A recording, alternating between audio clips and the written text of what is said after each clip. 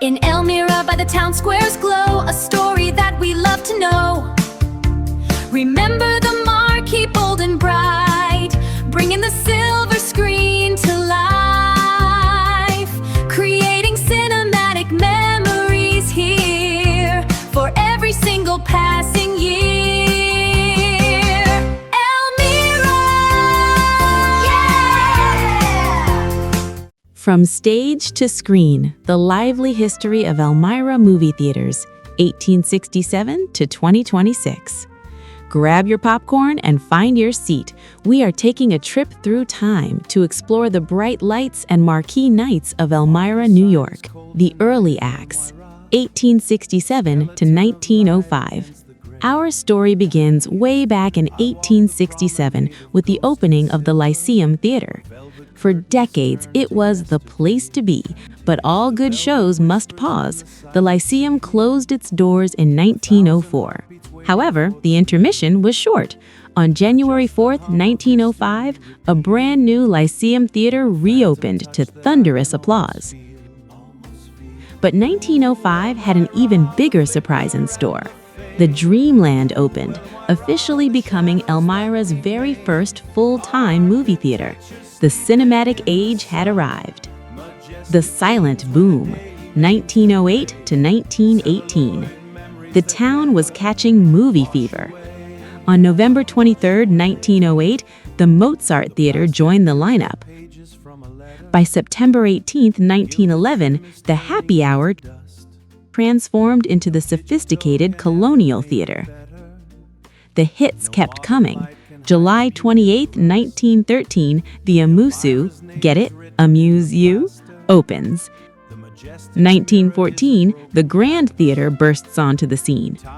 October 4th, 1915, the Regent Theater welcomes its first guests. November 29th, 1916, the Star Theater begins to twinkle. However, the industry was competitive.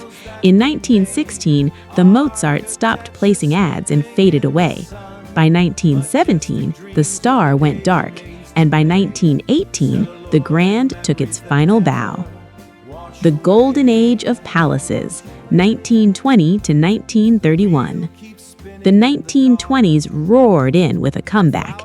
In 1920, the Mozart Theater reappeared in the papers, but it wouldn't stay the Mozart for long.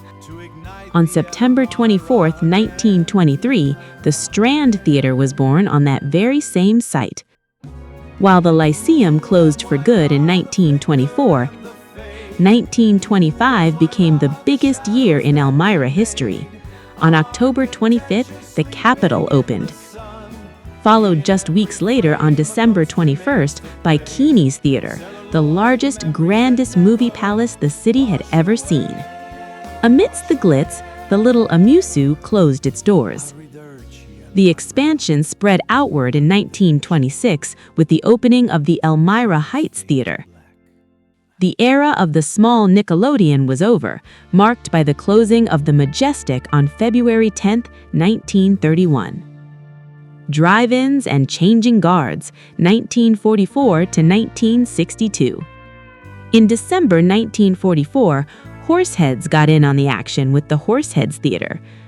But the real revolution happened on April 16, 1949. The Elmira Drive-In opened in Big Flats.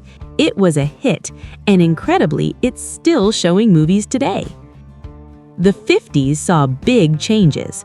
1951, the Strand closes. 1952, Keeney's gets a makeover. Taken over by Dipson Theaters, it reopens on September 26th as the Elmira Theater. 1953, the Dipson circuit expands by taking over Warner Brothers Theaters. Sadly, the Horseheads Theater closes its doors on December 30th. 1961, summer nights got better when the Roxy Drive-In opened in Wellsburg on August 4th. 1962, the Regent Theater is retired by Dipson. The Mall Era and Multiplexes, 1967 to 1988. In December 1967, General Cinema brought the movies to the shopping crowd with the Cinema on the Mall in Horseheads. By June 2, 1972, they literally hit a wall, splitting the auditorium in half to create 2 screens, though they famously didn't realign the seats. The late 70s were a turning point. 1977, the Grand Elmira Theater closes, eventually evolving into the Clemens Center. February 18, 1977, Dipson opens the Elmira Cinemas 1, 2, and 3, ushering in the multiplex era. 1980 to 1982, Dipson takes over the Elmira Heights and eventually leases its locations to Cinema National. By the mid-80s, the drive-in scene was shifting. In 1985, the Elmira Drive-In became the Bargain Drive-In. In 1986, the Roxy Drive-In in Wellsburg closed for its final season. Corporate musical chairs followed. Cinema National became USA Cinema, and the Colonial finally closed in September 1987. Then, in 1988, a major shift. The cinema on the mall closed, and the massive Hoyt's Cinema 10 opened at the Arnott Mall on May 6th. Meanwhile, the Capitol closed its doors forever. Modern moves, 1993 to 2026. The 90s were all about the big chains. Sony took over the Elmira Cinemas in 1993, followed by Lowe's Cineplex in 1998. Back at the drive-in, things were growing. A second screen was added in 1999. As we entered the new millennium, parking became a deal-breaker. The Elmira Cinemas 1, 2, and 3 closed on September 18, 2002, due to lack of parking after the Coach USA Center arrived. In 2003, Regal Cinemas took the reins at the Arnott Mall, and our favorite drive-in officially reclaimed its original name, the Elmira Drive-In. From the 1860s stage to the digital screens of 2026, Elmira's love for the movies has never faded. Thanks for watching, and remember to like and subscribe to see more local history deep dives.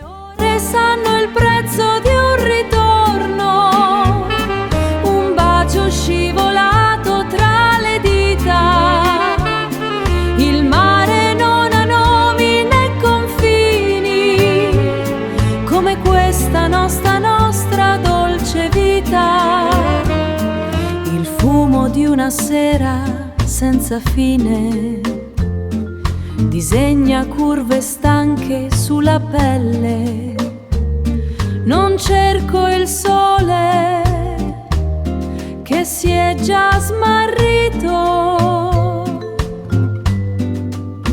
ma il silenzio che brilla tra le stelle.